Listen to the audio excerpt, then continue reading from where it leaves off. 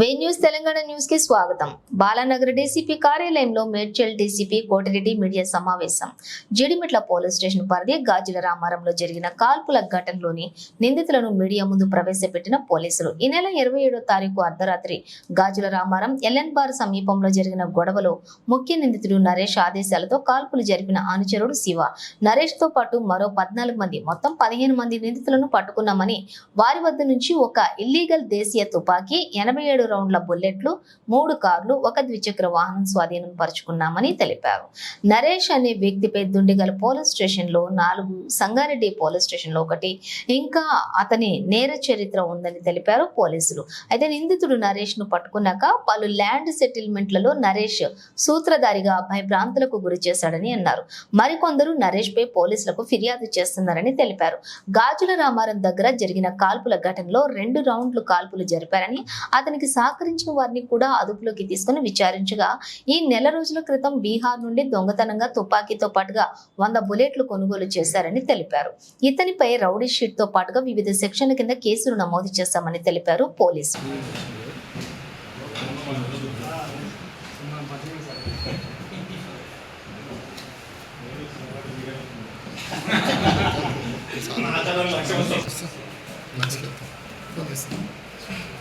అగ్నిలు పెడదామంట పెట్టాలి అదే డబ్బులు హైలో అలాగే మనం ఆర్టిస్ట్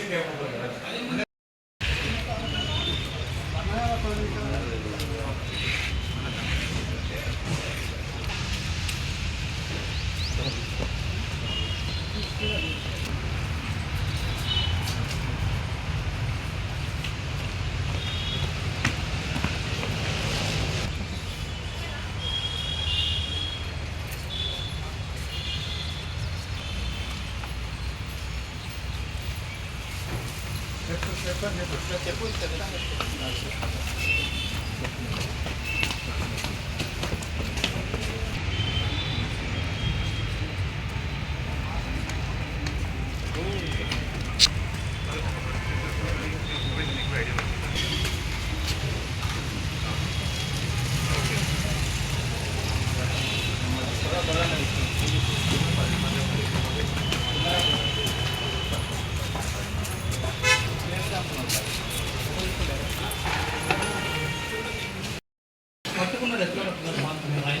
అంటే మామూలుగా మనకి సమాచారం human intelligence and technical support అంటే నరేష్ ఏమని చెప్పింది సార్ నా మీద రేపటి జరుగుతుందని చెప్పి కాల్ చేసినట్టు ఇన్ఫర్మేషన్ లేదు. అంటే ఇక్కడ గొడవ జరుగుతుంది కదా, యాక్చువల్గా 2 ఇన్సిడెంట్ కూడా చిన్న ఇన్సిడెంట్.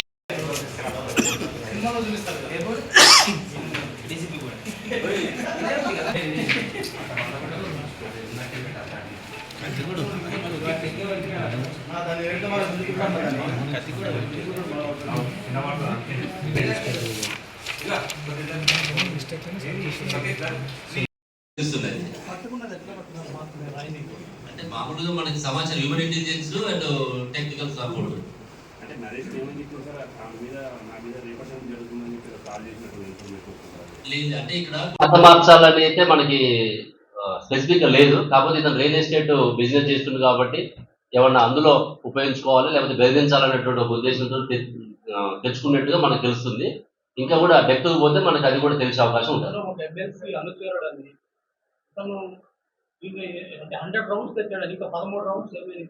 ఇప్పుడు 13 రౌండ్స్ లో నిన్న అక్కడ ఒక 2 రౌండ్స్ ఫైర్ చేయడం జరిగింది. ఒకటి గాల్లోకి, ఒకటేమో ఏం చేసి చేయడం జరిగింది. కొన్ని ఏమో ప్రాక్టీస్ చేశాడని చెప్తున్నాడు. మధ్య మధ్యలో అక్కడ ఓవరాల్లో ఆ ప్రాక్టీస్ లో వాడి ఉంటాడు మనం అనుకుంటున్నాం. ఇవన్నీ అక్కడే బీహార్లోనే.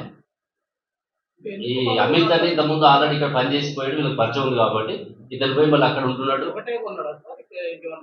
ఇప్పుడైతే ఒకటే ఉన్నది మన కాడ ఉన్న సమాచారము, మన ఇంటరాక్షన్ తెలిసింది.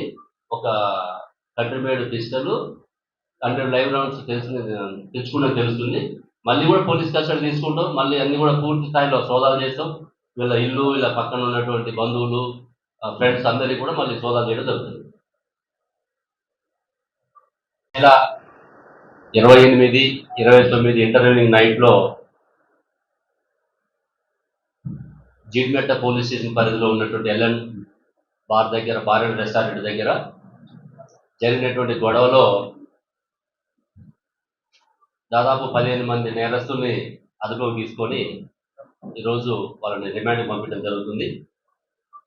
ఇందులో వివరాలు చూస్తే పూర్ణిమ, అజయ్ చంద్ర అండ్ గౌతమ్ వీళ్ళు ముగ్గురు కూడా మల్లంపేట నుంచి గాజుల రామారంలో వెళ్తున్న క్రమంలో వాళ్ళ బైక్ పెట్రోల్ అయిపోవడంతో ఆ ఎల్ఎన్ బార్ దగ్గర ఉన్నటువంటి వెహికల్లో పెట్రోల్ తీసుకునేటువంటి క్రమంలో ఆ బార్ సంబంధించిన వాళ్ళు చూడడం, అడ్డగించిన క్రమంలో వీళ్ళు తిరగబడి వాళ్ళ మీద గొడవ పడటం.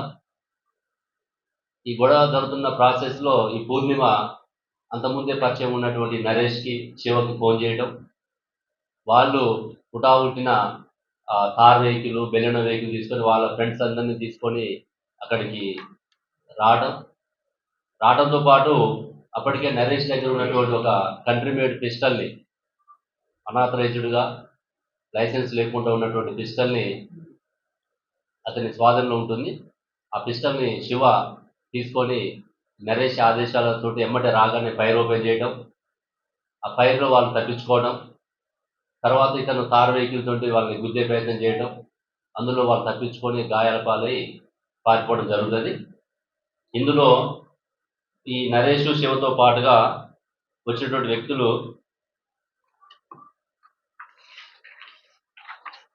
సోహెల్, శాంసన్, నరేందర్ మరియు ఉజ్వల్ వీళ్ళందరూ కూడా బెలెనో వెహికల్ రావడం జరిగింది.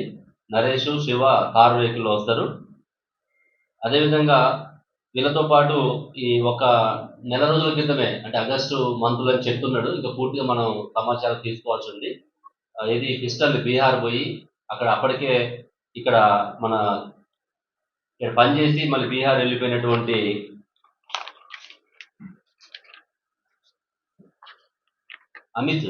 అమిత్ సాయంతో వీళ్ళ ఫ్రెండ్స్, నరేష్ యొక్క ఫ్రెండ్స్ ఎవరైతే ఉన్నారో సమీర్, బుగ్గప్ప, కరణ్, జగ్గు వీళ్ళతో కలిసి బీహార్ వెళ్ళి అమిత్ సాయంతో ఒక కంట్రీ మేడ్ పిస్టల్ని, ఒక 100 లైవ్ రౌండ్స్ని తీసుకొచ్చుకోవడం జరుగుతుంది. అంటే అప్పటికే నరేష్ కొంచెం రియల్ ఎస్టేట్లో వ్యాపారాలు చేయడం, అక్కడక్కడ ఇంకా ఆయన మీద నేర చరిత్ర బాగానే ఉన్నది. ఇప్పటికే మనకి దుండిగల్ పిఎస్లో 4 కేసులు, సంగారెడ్డిలో 1 కేసు ఉండేట్టుగా మనకి సమాచారం ఉంది. ఇవి కాకుండా ఇంకా కూడా నమోదు కానీ ఇంకా రెవెన్యూ, జిహెచ్ఎంసీ దగ్గర కూడా కొన్ని కంప్లైంట్స్ ఉన్నాయని తెలుస్తుంది. ఇవన్నీ కూడా మేము సేకరించి ఇతని మీద షీట్ ఓపెన్ చేయడము, అవసరమైతే పీడీ యాక్ట్ పెట్టడం కూడా జరుగుతుంది. ఈరోజు మనము వీళ్ళ దాదాపు 15 మందిని, ఎవరైతే ఫస్ట్ ఇనిషియల్గా 3 గొడవ పడ్డారు, ఆ తర్వాత నరేష్, శివతో పాటు ఒక 4 రావడం జరిగింది.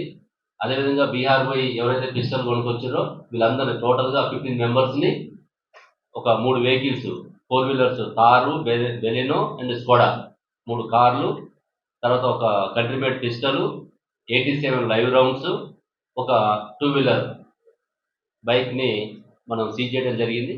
వీళ్ళ మీద attempt murder and arms act కింద కేసులు కట్టి వీళ్ళని జైలుకి పంపించడం జరుగుతున్నది. ఈ యొక్క సమాచారం అంతా కూడా సీసీ కెమెరాలో రావడం జరిగింది. అక్కడ ఉన్న ఐ విట్నెసెస్ ఉన్నారు, టెక్నికల్ ఎవిడెన్స్ ఉన్నది. వీటన్నింటితోటి వీళ్ళకి జైల్లో ఉండగానే శిక్ష పడే విధంగా మేమంతా కూడా ప్రయత్నం చేస్తాం. ఈ నరేష్ లాంటి వ్యక్తుల మీద చాలా కంప్లైంట్స్ వస్తున్నాయి. గత కొద్ది రోజులుగా చూస్తే ఇతను ఇన్సిడెంట్ జరిగిన తర్వాత చూస్తే చాలా మంది బయటకు వచ్చి చెప్తున్నారు. అంటే అంతకుముందు కొంతమంది భయపడి చెప్పలేకపోవచ్చు, కొంతమంది చెప్పిన తర్వాత కూడా యాక్షన్ తీసుకొని ఉండకపోవచ్చు. వీటన్నిటి దృష్టిలో పెట్టుకొని ఇప్పుడున్నటువంటి సమాచారంతో ఈ కేసు, పాత కేసులు, కొత్త కేసులు కూడా ఏమైనా తీసుకొని వీటన్నిటి మీద తప్పకుండా ఇతని మీద పీడీ యాక్ట్ పెట్టడానికి 100% ఎలిజిబిలిటీ ఉంది. ఎందుకంటే ఈ మధ్య కాలంలో ఫైర్ ఓపెన్ చేసి చిన్న కాజ్ లేకుండా ఒక పెట్టి మ్యాటర్లో, కేవలం ఆ మహిళ ఫోన్ చేసిందని చెప్పేసి ఒక పెట్టి మ్యాటర్లో దాన్ని ఫైర్ ఓపెన్ చేసి ఒక భయానక వాతావరణాన్ని సృష్టించి అతనేదో రౌడీయిజం, గుండాయిజం, ఒక లీడర్ కావాలన్నటువంటి ఒక యాంగ్జైటీ తోటి చేసినట్టుగా అనిపిస్తుంది.